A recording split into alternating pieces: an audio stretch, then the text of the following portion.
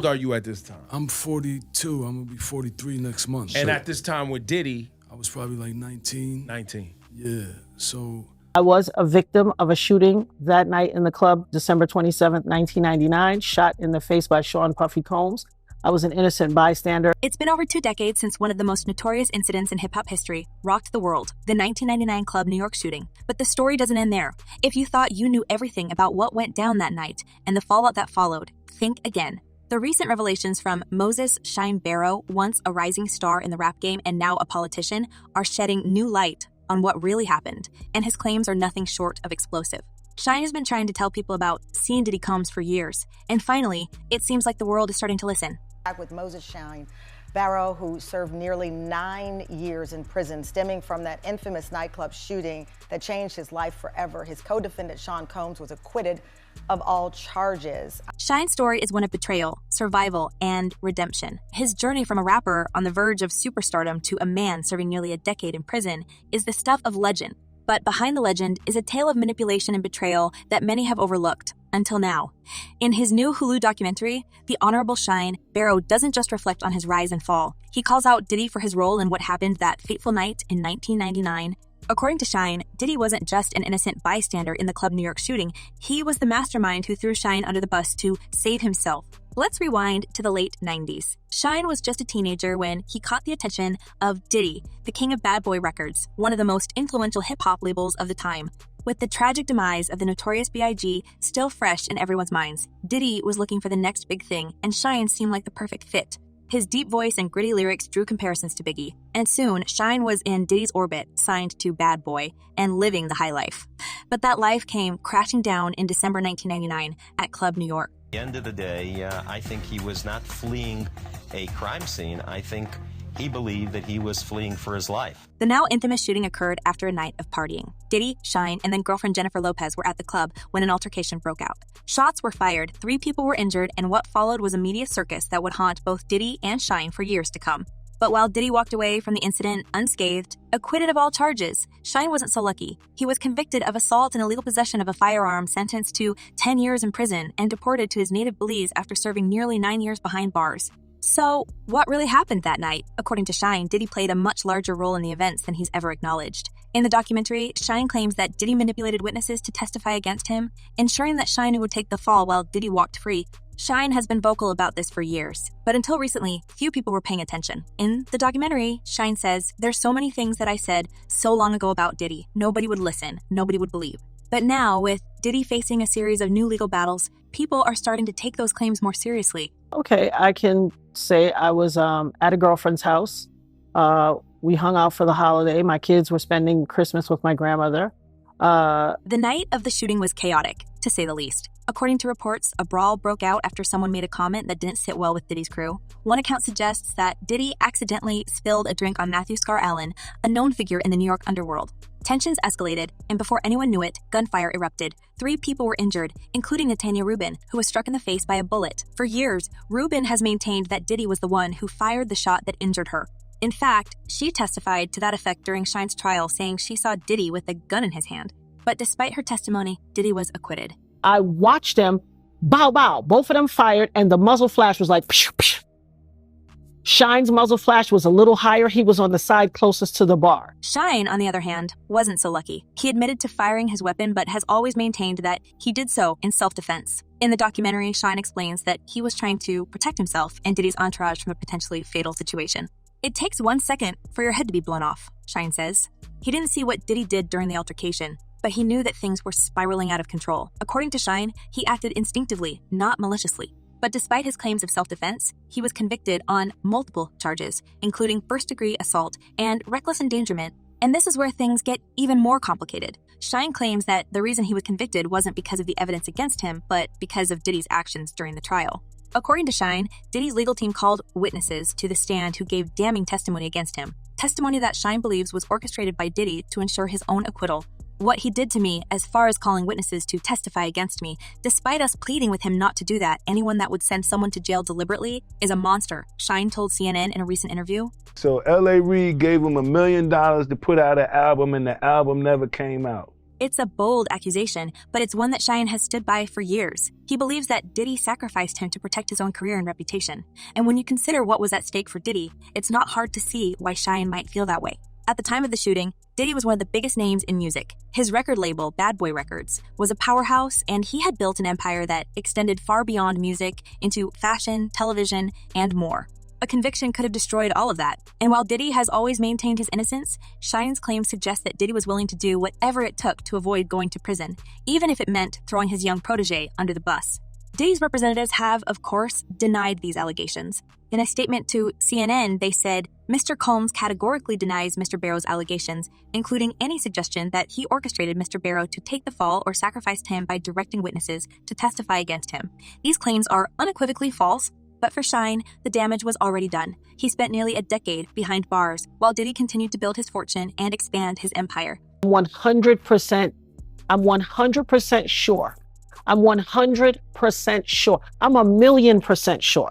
And it's not just Shyne who's speaking out. Natania Rubin, the woman who was shot in the face that night, has also come forward with new claims. In a recent interview, Rubin said that she believes Diddy was responsible for the shooting and that he used his wealth and influence to cover it up. Everyone was partying and having a great time with Diddy while I was left to rot in prison, Shyne said in the documentary, echoing the sentiments of many who believe that Diddy's wealth and status protected him from facing the consequences of his actions. But why are these accusations resurfacing now? The answer lies in Diddy's current legal troubles. In recent months, Diddy has been named in multiple civil lawsuits, and he's also facing federal charges unrelated to the 1999 shooting.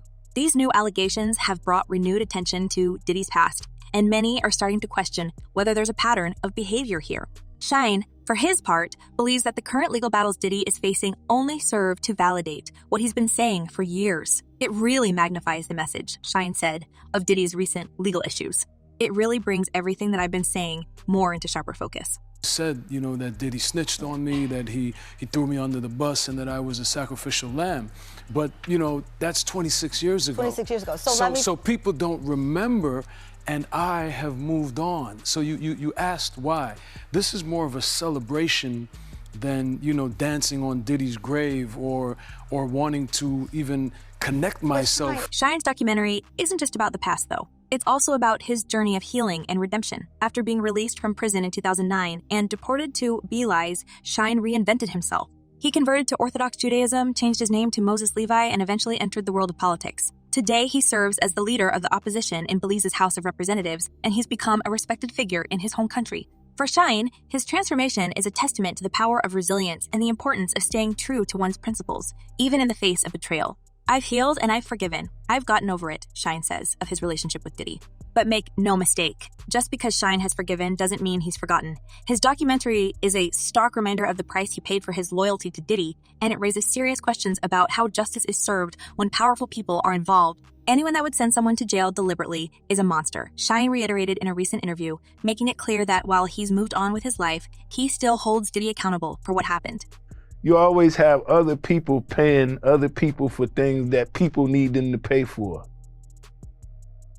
That was just one. Shyne's story is a cautionary tale about the dangers of loyalty and the cost of success in the cutthroat world of hip-hop. It's a world where friendships can turn into betrayals and where the pursuit of fame and fortune can lead to devastating consequences. And for Shyne, the Club New York shooting was a turning point, a moment that forced him to reevaluate not just his career, but his entire life.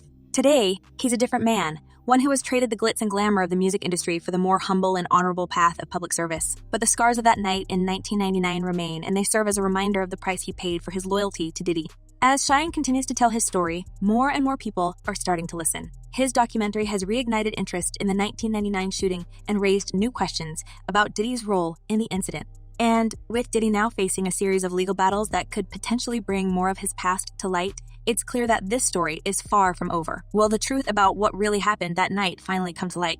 Or will Diddy continue to evade responsibility, as he has for so many years? Only time will tell, but one thing is certain, Shyne isn't backing down. He spent years trying to get people to listen, and now that they are, he's determined to make sure the full story is told. The victim that night at the nightclub shooting, Natania Rubin, has always said it was Sean Combs who shot her. Mm-hmm. You have always said you were innocent. Yes. You have never said Sean Combs fired the gun. Mm-hmm. Why? Well, I didn't see him fire the gun, and I'm not going to lie As the documentary delves deeper into the events leading up to and following the Club New York shooting, it becomes clear that this is more than just a story about a single night of violence. It's a story about power, loyalty, and betrayal. It's about how far people are willing to go to protect their own interests, even if it means destroying the lives of those around them. And it's about the consequences of those actions, both for the people involved and for the larger world of hip-hop. Shyne's accusations have sparked a conversation that's long overdue. For years, people have speculated about what really happened that night in 1999, but few have been willing to speak out. Now, with Shyne leading the charge, that conversation is finally happening. More and more people are starting to question the official narrative. As Diddy's legal troubles mount, it's becoming increasingly difficult to ignore the possibility that there's more to this story than meets the eye. Weapons charges. The defendants are charged with criminal possession of a weapon in the second degree and third degrees for the possession of loaded 9mm guns. Now, let's talk about one of the most high-profile names wrapped up in this saga, Jennifer Lopez. It's almost impossible to mention the 1999 Club New York shooting without bringing up J.Lo. At the time, she was dating Diddy, then known as Puff Daddy, and their relationship was the talk of the town. They were one of the hottest couples in the world, gracing red carpets and magazine covers with their glamorous, larger-than-life personas. But behind the glitz and glamour of their relationship was a night that would change both of their lives forever. Jennifer Lopez wasn't just any bystander in this story. She was front and center that night. She was there alongside Diddy when the shots rang out, and the events that followed would forever be etched into her career and public image. But here's the thing. While Diddy's involvement in the shooting has been dissected over and over again, J.Lo's role has always been a bit more mysterious. What did she know? What did she see? And how did her relationship with Diddy influence what happened after? So yesterday, Monday, Diddy celebrated his 55th birthday, but this year was a lot different. It was no Diddy parties. It was none of that. None of that stuff. Well, happily so, I guess, right now. But anyway, so this is his first birthday behind bars. Let's go back to the night of the shooting. J.Lo was with Diddy at Club New York enjoying the high life when chaos erupted. Reports say that Diddy and his entourage got into an altercation with another group, and before anyone knew what was happening, shots were fired. 3 people were injured, and J.Lo and Diddy were seen fleeing the scene in a Lincoln Navigator. They were pulled over by police shortly after, and a gun was found in the vehicle. Both Lopez and Diddy were arrested that night. Now, let's pause for a second and think about this. Jennifer Lopez, who was already a rising star with hits like Selena and On the Six under her belt, was suddenly caught up in one of the biggest scandals in hip-hop history. She was thrown into a whirlwind of media attention, and not the good kind. People were questioning her relationship with Diddy, her involvement in the shooting, and what it would mean for her career. But as we know, J.Lo is a master at navigating the spotlight. She's always been able to walk that fine line between scandal and success, and this moment was no different. Charges against me are 100% false, and hopefully due to time, we'll start to see that. Thank you very much. Within 14 hours of her arrest, the charges against J.Lo were dropped. The police determined that she had nothing to do with the gun that was found in the car, and she was released without any further legal trouble. But while she may have escaped the legal consequences, the public scrutiny didn't go away so easily. Rumors swirled for years about what really happened that night and how much J.Lo knew about Diddy's actions. Some people even speculated that she had been protecting him or that she was more involved in the incident than she let on. It didn't help that her relationship with Diddy seemed to unravel shortly after the shooting. By early 2001, the couple had called it quits, and insiders suggested that the events of that night had played a big part in their breakup. Sources close to the couple said that J.Lo couldn't handle the pressure of being associated with Diddy's legal woes, and that the shooting had changed the dynamic of their relationship. In an interview years later, J.Lo herself hinted that her time with Diddy had been emotionally draining, saying, "There were people in my life who said, 'I love you,' but then didn't do things that were in line with the word love." She didn't name Diddy directly, but the timing and context of her comments left little doubt about who she was referring to. And whatever else happened, everything broke out, and some shooting occurred. What's even more interesting is how Diddy viewed the relationship. Years after their split, he admitted in an interview that he had only started dating J.Lo to make his ex, Kim Porter, jealous. Can you imagine that? One of the most famous couples of the late 90s, and all along, Diddy was just playing a game to get back at his ex. He told Essence magazine, "I thought, I'll test the waters and hopefully Kim will see I'm serious and come running after me." That's a pretty cold revelation, especially considering how much media attention their relationship got at the time. But it also gives us a glimpse into Diddy's mindset. Someone who was always playing chess, always thinking a few steps ahead, even in his personal relationships. So where does that leave J.Lo? Well, despite her quick release from custody and the fact that she avoided any legal repercussions, the incident left a mark on her career and public image. For years, people couldn't talk about Jennifer Lopez without bringing up Diddy and the Club New York shooting. It was like this dark cloud that followed her, even as she went on to become one of the biggest stars in the world. And while she's managed to distance herself from that chapter of her life, it's clear that it had a lasting impact. Sometimes you could think Puff is like a brother. It's easy to mistake Puff as a friend. One thing that's become more apparent in recent years is just how much Diddy's influence shaped J-Lo's early career. During the time together, Diddy helped Elle elevate her image from a talented actress and singer to a full-blown superstar. He was the one who encouraged her to embrace her inner diva, to take risks with her music and fashion, and to cultivate the glamorous persona that we all know today. In many ways, he acted as her mentor, guiding her through the tricky waters of fame and helping her navigate the entertainment industry. But, as with many of Diddy's relationships, there was always a darker side to their dynamic. Several sources have come forward over the years to suggest that Diddy was very controlling during his relationship with J-Lo. One insider claimed that Diddy would constantly put her in uncomfortable situations and that he often had guns and large amounts of cash in his car. This was a far cry from the image of the good girl from the Bronx that J-Lo had cultivated early in her career. And while she may not have been directly involved in Diddy's more questionable activities, it's clear that being with him put her in situations that could have easily derailed her career. Yeah, but so there's still, it's crazy too because there's still more happening in court. Everything is still active even though we're not hearing about it as much anymore. And the people may be fatigued like we talked about prior to. But J-Lo is nothing if not resilient. She managed to walk away from the relationship relatively unscathed, at least in terms of her career. In fact, shortly after her split from Diddy, she went on to marry dancer Chris Judd and continued to release hit after hit, proving that she didn't need Diddy or his influence to be a star. However, that doesn't mean the relationship didn't leave its scars.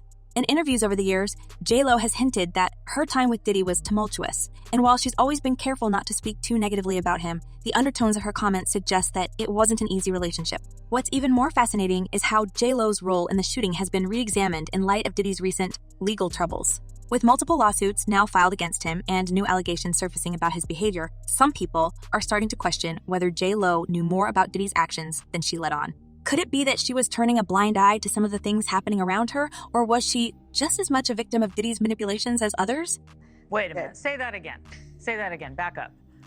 You're saying that there's tapes and they're being shopped? Yes, there have been people already shopping. We've heard about the tapes, but yes. The shopping thing is yes, there already have been tapes leaking around Hollywood, being shopped around to individuals in Hollywood. But one particular person contacted me to shop a particular video they were in possession of. One former staffer who worked with J-Lo during the early 2000s has come to her defense, saying that she did not have any idea about Diddy's behavior and that she was charmed by him for a brief time in her life. The staffer went on to say that J-Lo wasn't a partier or someone who got caught up in the wild lifestyle that surrounded Diddy, but rather, she was focused on her career and her goals. This paints a picture of a woman who may have been swept up in Diddy's world without fully understanding the darker side of what was happening behind the scenes. But not everyone is so quick to exonerate J-Lo. Some critics have pointed out that she was present at the club that night, and while she may not have been directly involved, it's hard to believe that she was completely unaware of the tensions that were brewing between Diddy's crew and the other group. After all, by the time the shots were fired, the situation had already escalated to the point where violence seemed inevitable. Could J-Lo have done something to de-escalate the situation, or was she just a bystander caught in the wrong place at the wrong time? We'd love to hear your thoughts, so drop a comment below and let us know what you think